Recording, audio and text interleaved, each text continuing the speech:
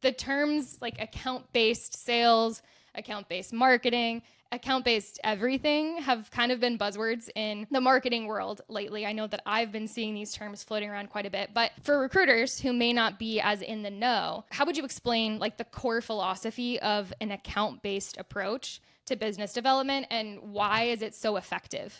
Initiating becoming a hiring machine sequence in 3, 2, 1.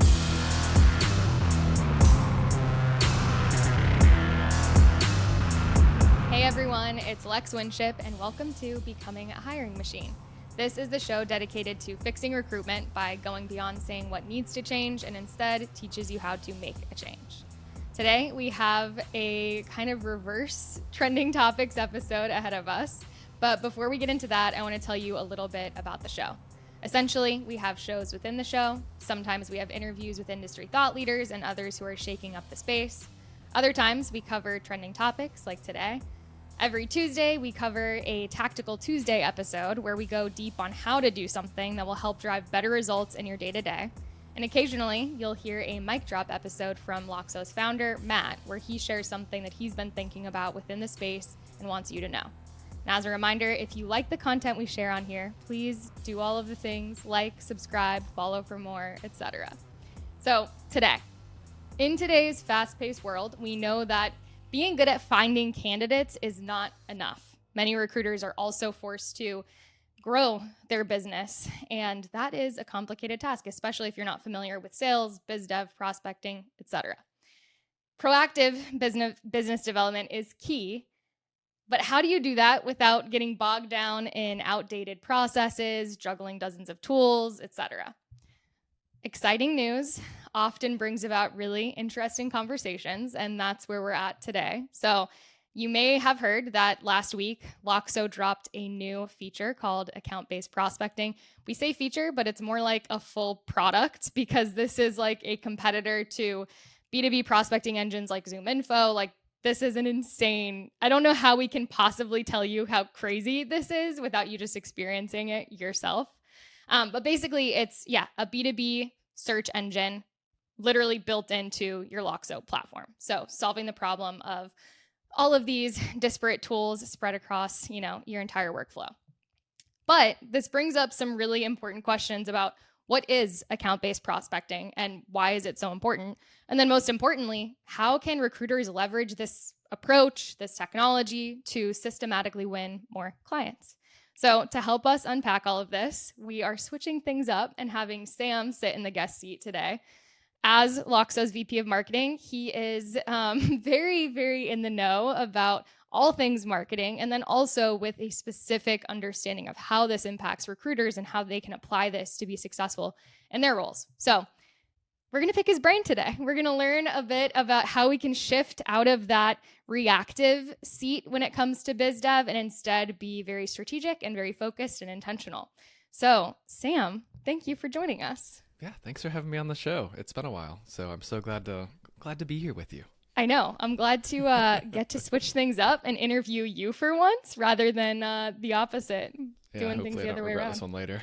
I'm going to put you on the spot. You're in the hot seat today. So let's start things off by just kind of setting the stage. The terms like account-based sales, account-based marketing, account-based everything have kind of been buzzwords in the marketing world lately. I know that I've been seeing these terms floating around quite a bit, but for recruiters who may not be as in the know, how would you explain like the core philosophy of an account-based approach to business development, and why is it so effective? So account-based marketing, account-based sales, account-based prospecting. So it starts with the fundamental question of figuring out like, who do I want to attract? Who do I want to acquire? Who do I want to have business with? Who do I want? Like, the who is the most important part of it. And so where this is a little bit different than normal is with MPC, for example. It's like you've got a great candidate, you know which companies it could be a fit for. You're matching it like a one-to-one level, but this is zooming out and looking at, okay, which companies fit the criteria of those that I want to have become a client? Are they in specific niches? Are they in specific regions? Are they of certain size, but it all goes back to like that starting with the who. And so account based basically means in the beginning, the first step you're taking is mapping what is the entire universe of these potential accounts that I would want to do business with. And you identify those proactively to say, okay, I don't want to work with every potential company out there. Like I know I'll never work with BP. I know I'll never work with Salesforce. I know I'll never work with giant hospital names. So it's going and basically crafting that list of saying, okay, here are 1,000, 10,000, 100. It's going to vary by your niche, what your specialty is. There's no right or wrong answer to how big this is, but it's being able to have a defined list of the accounts that you want to engage to work with, and they will be a mix of both prospects and clients for yourself. Okay, so you mentioned the MPC approach, and that is one thing that I think is probably going to be one of our biggest questions is, okay, like, when it comes to prospecting, when it comes to sales and biz dev, the MPC approach, the spec CV approach, like this has often been a recruiter's like number one way of growing their business. So what are we looking at? Like, what are we trying to avoid, I guess, there? And what is the potential fallback of relying exclusively on that MPC approach for biz dev? Yeah. So MPC does some things very well. It's why it's been around for years. Yeah. And it does some things where we're ready to evolve. So what does it do well? It communicates relevance. It communicates relevance. Too. yeah, it's a similar word. So it's identifying, I have a great candidate for a role that I know you're hiring for, or these are the types of people you employ. They match your experience that you look for. They match previous industries, anything else. So you're playing into that relevance lens, but your value as a recruiter is tied to the MPC and how basically, do you have access to that MPC? Are you pitching a candidate that you realistically have in your recruiting CRM, or are you just hoping that this attracts their attention? Where account-based prospecting comes in is you control more of the story. You are the service. At the end of the day, you're pitching yourself. And so this is being communicated by your unique knowledge, your unique skill set, your unique expertise. We just had, or actually next week, I just recorded this with him, Dante Nino, and we talked all about what happens when you niche down the experience, the skills that come with it. So listen in next Thursday for this episode, as it will tie in closely to this. But where you really take more control over the narrative in this is you're developing the relationship proactively. And with MPC, it's usually you see that they have a job opening. Then you're trying to get the timing in just in time to get that candidate. With account-based, a lot of it is in marketing, we call it like getting on the first list and being memorable. So when someone finally does have that pain where they need like, hey, we need a talent intelligence platform, they're not typing in, what's the best talent intelligence platform? Into Google, it's, oh, Loxo. I know Loxo does talent intelligence platforms. Like they've demonstrated value, credibility to me before they just go straight to the website. You're taking the same approach with account-based prospecting where you're creating those relationships, whether it's through email, text, going and visiting in person, choose your delivery mechanism, but you've provided value to them through however you want to communicate it. But what do you focus on? Like, what are your specialties in terms of industries, verticals, types of roles that you fill? Do you work in specific regions of company types? And so that's where it goes back to building that initial list.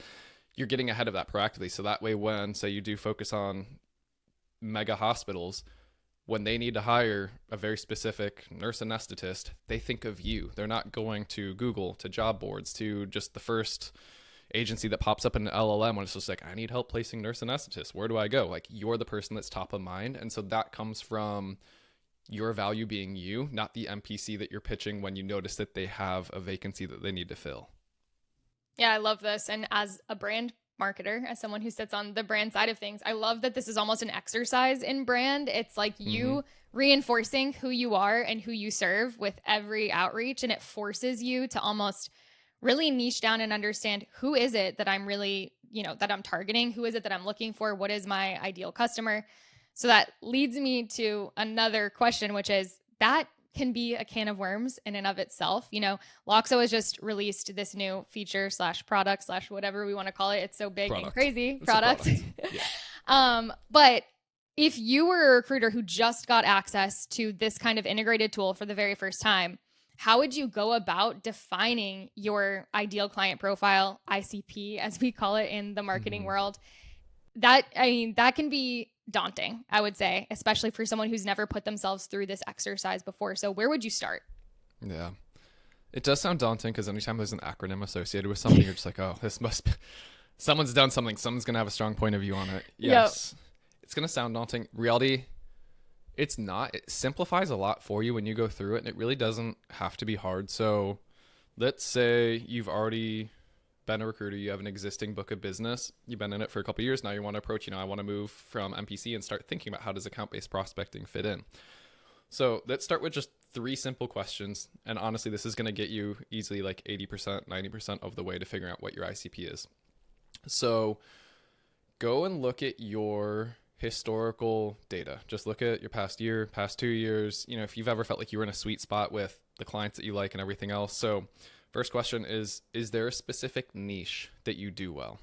So this can either be based on that historical data, or it can also be based on your preference. Like, I have a lot of clients in construction, but I really enjoy hospitals. I keep coming back to that one, but 2 very different niches, but that's going to lead into honing into your sweet spot, which is really the second part of this, which is, okay, if I have a unique value set based on my knowledge, my interest, because at the end of the day, if you enjoy what you do and you want to learn about it, which is a huge part of becoming a subject matter expert in your niche, which will help put you above and beyond in this type of approach, is what's your sweet spot in terms of industries, if it's a couple of them, specific job functions. Do you operate in engineering, in accounting, in nurse practitioners? Are you constrained in terms like your geo region? So are you in a city? Do you only operate in a state? Do you operate in a certain country? Are you in an entire continent? So starting to hone in on and figuring out that part. Company size. And so this can be a number of different ways. It could be by the number of employees that a company has. It could be by their revenue. It could be by their maturity stage. So, are they an early startup type company? Are they Fortune 100, been around for 150 years type company? So starting to figure out what are your sweet spots within there, and then also compare that to what is going on within the space. So say you like construction, well, construction's booming. Manufacturing is booming. Like, that's a chance to double down. Or say you're focused on tech. Well, right now, tech is kind of shrinking. I'm not saying that you shouldn't go into that, but just being mindful of also the business opportunity that lies ahead of you. And are you stepping into this space hoping to eat some of that pie from other recruiters? Or are you already pretty well known? You've got a good book of clients that you're just like, no, I've been in this space for 15 years. Yeah, tech might be shrinking, but I have so much knowledge. I have a great recruitment CRM that has all my candidates in it. Like, I'm going to be just fine here. So honing in on those 3 questions, and it's pretty hard-coded data. And I'm asking these questions specifically because, like, within Loxo, it's an account-based prospecting product. These are the questions that we ask, that we get into. It's like, okay, what type of industries are they in? How big are they? What regions are they in? And then you can start to work your way down from that. But those 3 questions will pretty well define your existing ICP. And one final caveat to that, just because someone is a client doesn't mean you want to continue to get clients like them. I'm pretty sure most recruiters think this, know this. So this is why I specifically said, like, know your sweet spot and who you like to work with. Also, the ones that do well, repeat business that you can further grow into. That's what you really want to be thinking as part of this ICP exercise, not just who could potentially come to me. And then, yeah, it gets a little dicey, as we all know. I would also like to add that this is a great use case for AI. If you don't know where to start when it comes to like defining your ICP, this is an exercise where you can kind of just, one, stress test your ideas against AI and kind of go back and forth, but then also just brain dump all of the information that you have about what kinds of clients you like working with, and then ask ChatGPT, Gemini, Claude, whoever you're working with, what are the things that are missing here? What are the gaps that are missing for me to be able to define an ICP and then begin making outreach to these specific people? So this is an opportunity where, again, AI can really help you do something that otherwise can be a little bit nebulous and difficult, especially if you don't have a ton of great data at your fingertips. If you already have a great jam-packed recruiting CRM that has a ton of data in it that you trust and that you feel is actually representative of the way that you conduct your business, that's awesome. But you're ahead of 90% of recruiters if you fit in that category. So I would just say, if you're hearing this and saying, okay, that all sounds great, but I don't have data, I've only got like everything lives up here in my brain dump into an AI tool and start to just go back and forth with it within, this exercise, and you will come away with some information that will give you a starting point. Yeah, I agree. And even with that, Still, you don't have to go mega niche, but try to hone in on a certain direction. Don't open up and be like, well, any company that's hiring, it's like, well, that's not going to be helpful, because it goes back to that relevance point. Why does MPC work so well? Because of relevance. We still need to hit on that variable. Yep. And then to that point too, you can also use AI to do some of that market research of like, okay, where is hiring really surging right now? Where is there a lot of need? Where is it maybe not as much? Or even within tech, what are these small subsects of tech that are still hiring quite a bit? You can start to kind of do that market research. That can also feel a bit overwhelming sometimes to know, all right, where do I fit within this constantly changing market? You can start to use AI as a tool for that as well. So just a little subtle plug there. So one of the benefits that we talk about a lot within just the Loxo ecosystem as a whole is just the integrated element. One of the big wins there, in my opinion, is having outreach built directly into your platform. And with, when it comes to candidate outreach, that's a thing. But then also here with prospecting, that's a huge, huge value add. So how would you leverage a tool like Loxo Outreach to then start to reach out once you've identified your ICP? What does your outreach process look like, moving away from that spray and pray type of mentality and instead being very intentional about specific industries, roles, company growth stages, etc.? It's going to keep going back to relevance. Relevance. I feel like, what is it, Brady Bunch? Marsha. So with this one, relevance is always going to be the biggest thing. And one thing that I love about our account-based prospecting product is once you go and identify the companies, I literally recorded a video of this the other day. It blew my mind as a marketer. I'm like, why can't I do this better in my product? And I can use the solutions, the tools that I use as a marketer every day. In 60 seconds, I mapped an entire niche market and found the decision makers and was able to enter them into a workflow. Like, that's how easy this is. But what I'm getting to with this is once you identify your ICP, it can tell you within our product who are the relevant decision makers for it. Mine was pretty broad because I didn't put any jobs that I was looking for yet or anything else within there, but you can go and then type in if there's specific areas within it, finance and accounting, if it's sales, if it's engineering, you can pop that into the Boolean with it. And then it's going to say, okay, based on the criteria that you've added from your key accounts and then what we know you're looking for, here's going to be the key decision makers. And if you've used Loxo, we have contact data. We have work email, especially, and phones that you can get to from that. So where that's coming from is think about your workflow from the candidate workflow. It's the same exact thing that we've got plugged in here where it's identify the accounts, put your decision makers in. You can add them to a list. You can add them to an outreach campaign. It can automate it all for you. But what do you say? Yeah, the outreach, that's so important. And this is also why I always say start with your who, because that informs the message. That informs the relevance that comes with it.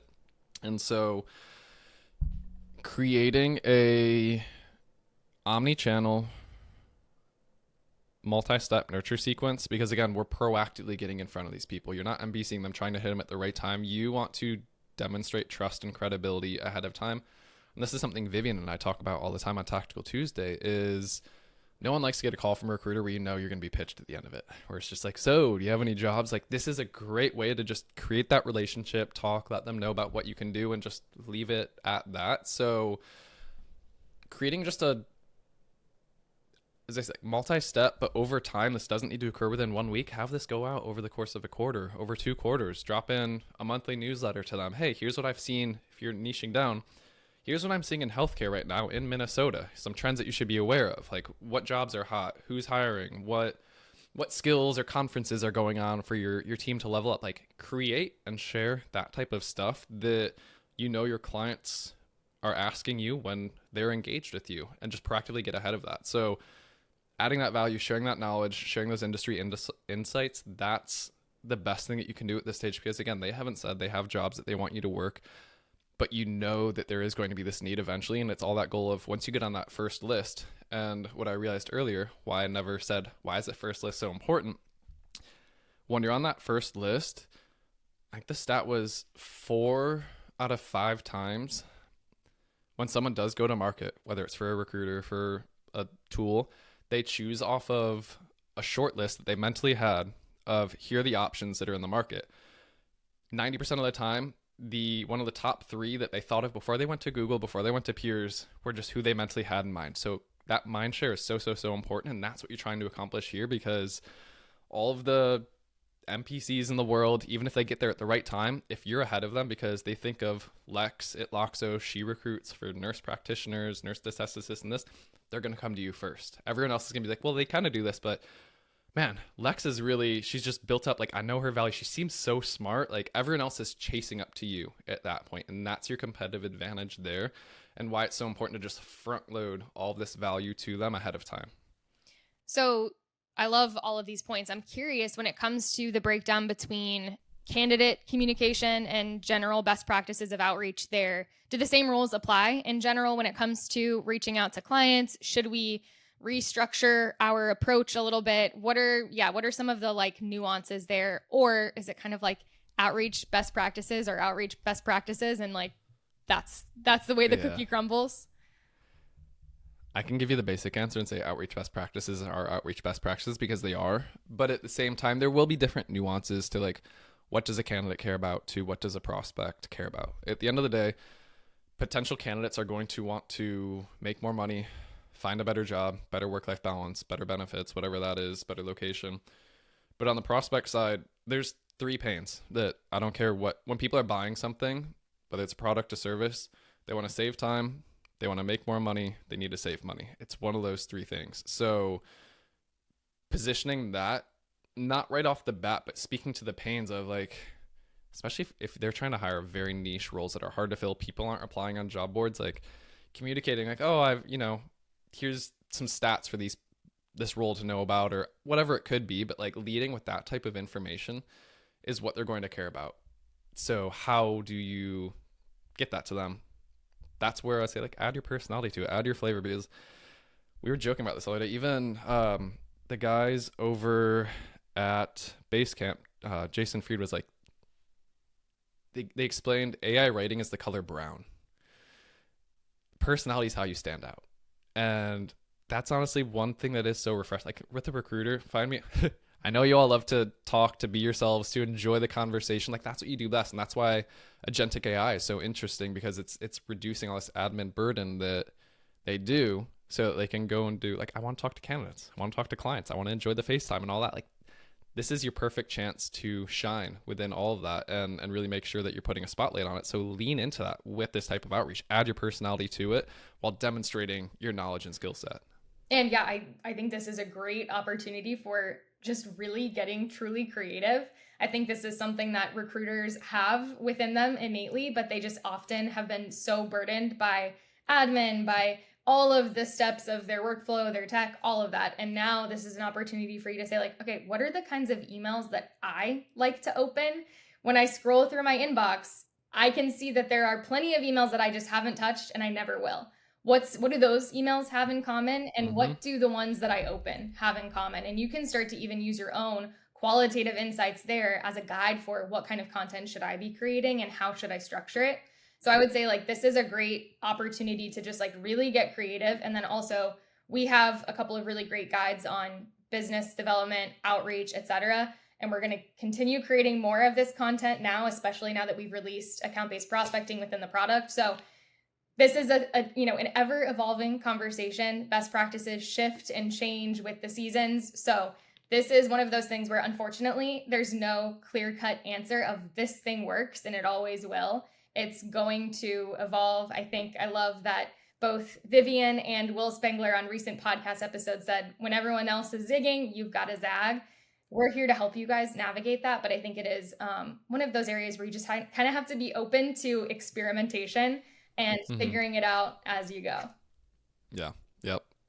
Perfect. Okay. So we've talked a lot about just kind of like the basics of account-based prospecting, but I still feel like it's really important for us to understand what, if you were just getting started with ABP, you're integrating an account-based prospecting strategy into your workflow.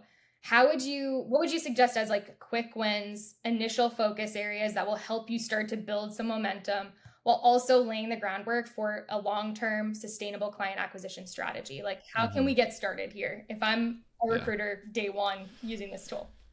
All right, Sam, be concise. Quick wins, just getting started. 3 buckets. First bucket, we kind of touched on it earlier, but just pick out, if you've been doing this, pick out your top 10 clients, figure out what makes them similar. Industry, size, company maturity, types of roles that you're filling with it.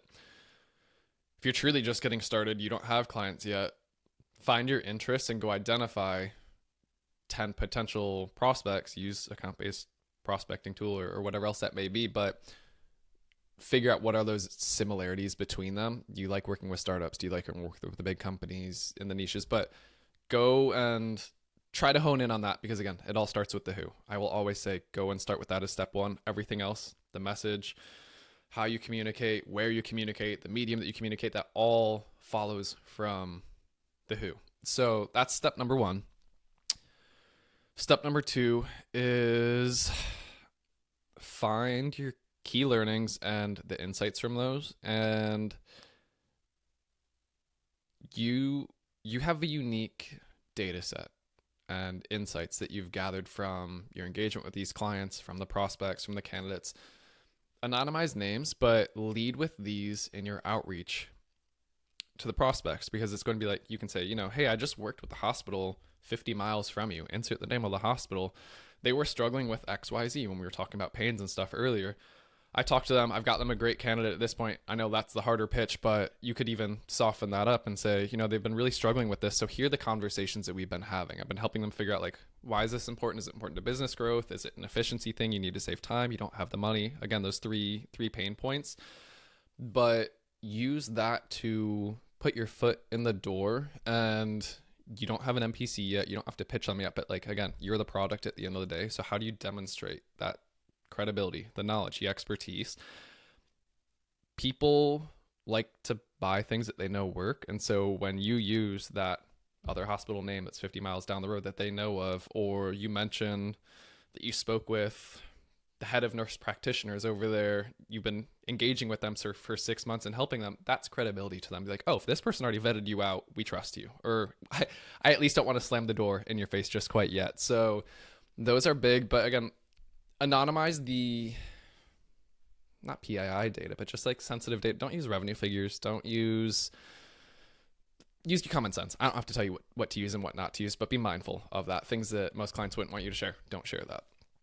And from there, I would say set some goals for yourself. Figure out, like, okay, I want to identify 100 potential prospective accounts that I can reach out to over the course of this month. I want to have 5 conversations this week. That's 1 a day. Or if I want to do all this identifying early in the week, might be 2 a day for the back half of the week.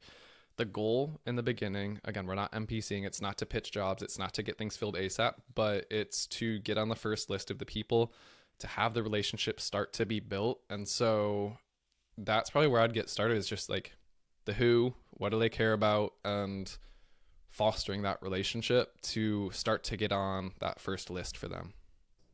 I love that. I also feel like you talked a little bit about just, like evidence and trust building, like case studies. Like these are things that are just like hallmarks of marketing in general. And so I think like this is a great opportunity there are so many resources out there when it comes to marketing and sales best practices. This is an area where obviously within recruitment specifically, there are some nuances, but there's also a lot of best practices that just apply across the board. So again, another really great use case for learning, using AI as a tool to learn and start to develop like your own strategy. Hey, help me create a strategy that incorporates best practices from sales and marketing in 2025, but that also incorporates my own distinct nuances, the nuances of my industry, the nuances of what I do specifically. So I think, again, this is an opportunity to use a tool to help you then be more strategic and also more creative once you actually have that strategy in place. Yeah. And creativity is such a differentiator for recruiters right now. So much. Like, lean into it. Yeah. And have fun with it also. Like, I feel like people have a lot of fear around AI, which I understand as well. And I don't want to, discredit that or not take that seriously. But I also think like there's a lot of fun that we can have right now that I don't want people to miss out on. This is a fun and interesting time to, like, again, experiment, try new things, and experiment much faster than we've ever been able to before. So I would just encourage everyone, like, take the opportunity to, have a little bit of fun with it if you can. Mm-hmm. Yeah. Okay. So this is probably me and my insecure type A personality coming through, but like, I want to know when I start a new thing, am I getting it? Am I doing this right? Am I winning? What does winning look like? I'm asking these questions to myself and curious, like, what are the key metrics that if I'm just getting started with this, I should be tracking in order to understand the effectiveness of my efforts beyond just number of new clients signed, which feels like kind of like the most basic. What else should I be aware of? How do I know I'm winning? I want to know. How do I know I'm winning? Do you feel good at the end of the day? It's totally qualitative. No, this is, and I steal frameworks all the time. There's a guy, recruiters, there's a running joke, recruitment software is always like 5 to 10 years behind MarTech, sales tech, all that. Like, go look and see where are MarTech and sales tech at today in terms of both like functionality of their products, but also the playbooks, the frameworks, the strategies being used by those companies to acquire companies, because they're doing something similar. Like, this is what I'm using today to figure out like who are the best prospective clients that I want to have bring on as Loxo customers. Like, this is the type of stuff that I'm doing. So take frameworks. This one I stole from Kyle Poyer. Definitely recommend checking him out. He's got a newsletter, Growth Unhinged. Go look at it. I like to keep things simple, and so color coding sounds dumb, but when you just want to look at something and understand at a high level, like if I want to get past just new clients signed but understand progress, when you're looking at something with a finite universe like your ICP, where okay, there's 100 prospective accounts that I want to get in front of, I like to see a progress chart. And so I break it out, Kyle breaks it out, I've iterated upon it, but basically into 6 core categories. There is like, I know this prospect exists, they do not know I exist. There is, I know this prospect exists, they know that I exist. There is interested, they have done something to signal like not just that I exist, but they've been to our website or something else. And I'll get into some metrics in a second. There is considering, like there's active interest, they want to learn more about me, my service, my agency. There is selecting, they've engaged, like I want a proposal, what would a contract look like to work with you? And then there's, I'm a customer, I use Sam's Best Recruiting Agency. So with this, what I like to do is color code. You can pick any color that you want, but basically I'd have 100 boxes laid out, and for each box it represents a prospect. So for those who are identified but unaware, I might just leave that as black. For those that are aware, and I'm going to define aware as like, there's different tools that you can use. So basically I'll look at like, have they visited our website? Have they opened emails? If you're running ads, have they clicked an ad before? Things like that.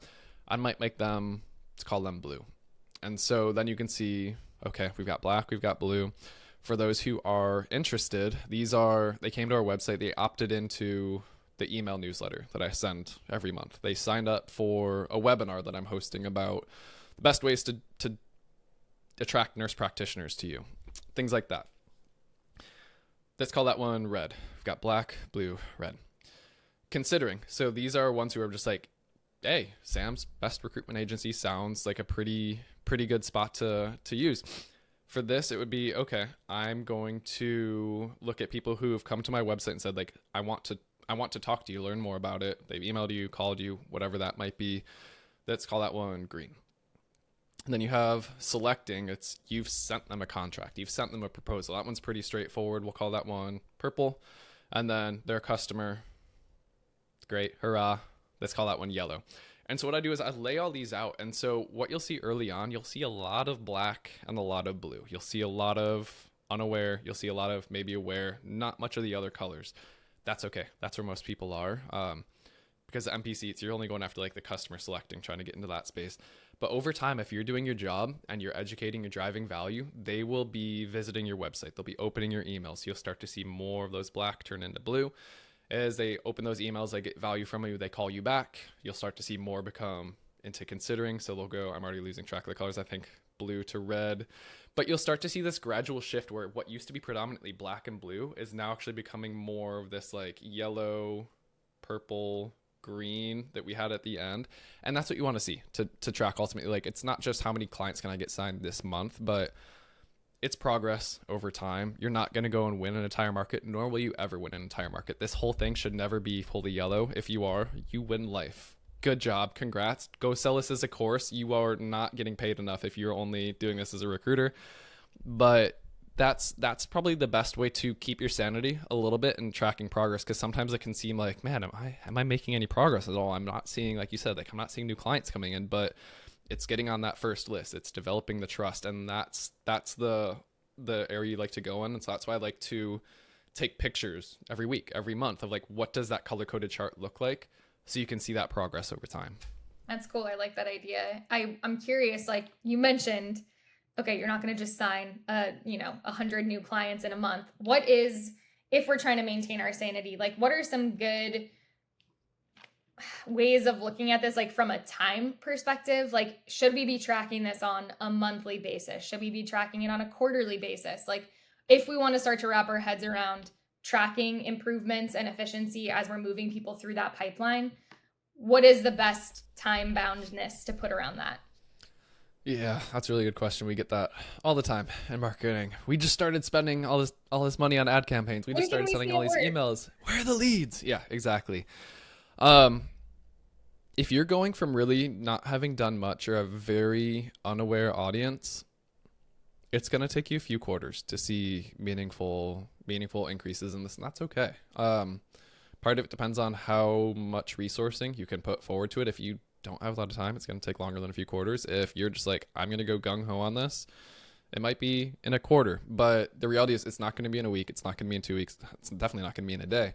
But the realisticness of it is, because if success to you is like, they want a contract, they want to talk to you, first off, you know how long it takes to get to that.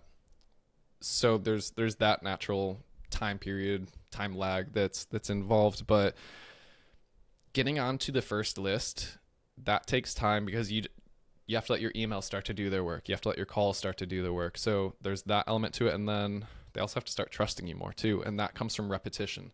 And with repetition, with the message, make sure that you're like, what do you want to be known for? And just hammer that away. Say it a million different ways, but all rooted around the same general message. Keep showing up like that. That's going to take you probably a quarter of doing all that. There's some marketing stat, I forget how many, but it's like how many times you need to see an ad or a message before it finally like sticks and you become memorable. I don't know what it is, but it's a lot. I'll spare you the fake stat that I'm not going to pull out of, where to put it on here. But that's why I say give yourself some time. But it's the equivalent of like rolling a snowball down a hill. It will become an avalanche, but it has to start with that little snowball. If you don't start it, you can jump all you want and throw a hissy fit on the top of the mountain. That's not going to start the avalanche. You have to make some concerted effort towards making that happen.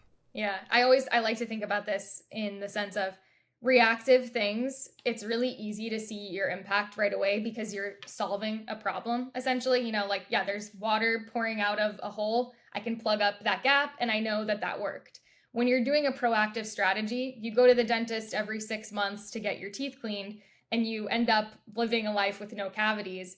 It's easy to forget, like, I did work to make sure that I didn't get a cavity, and I think it's one of those things where it's like you might not be able to see the impact right away, but like doing the work is leading to something. And I just want to encourage people who have been in that very reactive mode and are used to seeing results right away because of that.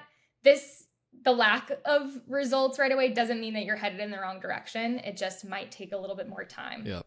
Yeah. And when you think about the best recruiters, the best agencies, they are usually well known in the space because they've been at it for years. They have unique market knowledge, expertise. Like they're in niches, but they've probably followed a very methodical process like this, where they know exactly who they want to be working and engaging with, and they've put forth a proactive effort. How do I get trust from these people? What knowledge do I need to know?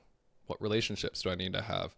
They've been trudging along daily into this, but this is like, to like your point with the dentist, like it's a 1% improvement every day type thing, but that stacks up very fast. So, or not fast, over a couple quarters, over time. It's a good thing to do over time, not fast. Sorry, I misspoke there. But yeah, seriously. Sam said it's fast. So that's something I would say. It's like, this isn't just a new strategy. It's being pulled out of thin air. It might not have been called, I can tell you it hasn't been called this for decades, but this type of acquisition strategy spans industries, spans technologies, services. Like this is a fundamental way to acquire new business. Okay. Well, thank you for giving us a crash course on all things account-based everything, and specifically account-based prospecting. Anything else as we wrap that you want to just share and end on? I'm going to regret this. Anyone who has listened to this far, if you have questions, if you want help, reach out to me. Our team, this is what we do. So sam@loxo.co. Again, I know I'm going to regret this. Like, send me an email on LinkedIn, send me a DM if you want help figuring out, like, how do I define my ICP? How do I think about this? Show me how it works in the product. I'm more than happy to jump into this with you. I love this stuff. I live and breathe in this stuff. I'm happy to set up whatever will be helpful for you. Reach out to us. We want you to be successful with this. Listen, if you're listening to this right now and you don't message Sam, you are crazy, because there are marketers all around the world across different industries who would kill for like a private session with Sam teaching them how to fix their marketing. So you recruiter, lucky recruiter who's listening to this, make Sam regret making that offer. I want to see him regret this. That should be the goal. Lex won't be able to get on my... Sorry, Lex, we're going to have to skip our one-on-one for 7 weeks because I'm booked up. Hey, that would make me happy. That would be a good reason to skip. Okay, well, thank you so much for all of this. I'm excited to get this out there. And again, yes, reach out to Sam. If you have questions, though, about specifically how to do account-based prospecting in Loxo, you can also reach out to us. We've got an amazing team of people who are ready to help. If you're just curious about what does this product look like, how could I incorporate it, we're here for that as well. So don't hesitate to reach out for consulting on a strategy basis, or also just to learn more about the product. But that's it. That's all she wrote for today. So as we close, Becoming a Hiring Machine is, you guessed it, a production of Loxo. If you liked this episode, but you're not sure where to go next, we will have a link to a similar one in the show notes. We're also going to link a business development playbook that we've put together that has a lot of this information and then a lot of other just kind of general best practices about biz dev. So if you are looking for your next step, that can be a helpful resource. You can find the show notes in the description of your favorite podcast streaming platform, as well as on our website, loxo.co/podcasts. Full video episodes are available on YouTube as well as on our website. And if you have specific questions or are looking for advice, you can send us an email at podcast@loxo.co, or you can reach out to Sam directly on this one. Last but not least, if you enjoyed this episode, make sure to leave us a quick rating in your podcast streaming platform. It only takes a couple of seconds and it will help other recruiters find us. So that's it. That's the show. Thank you again to Sam for joining us and letting me put you in the hot seat this time. Until next time, everyone have a great day.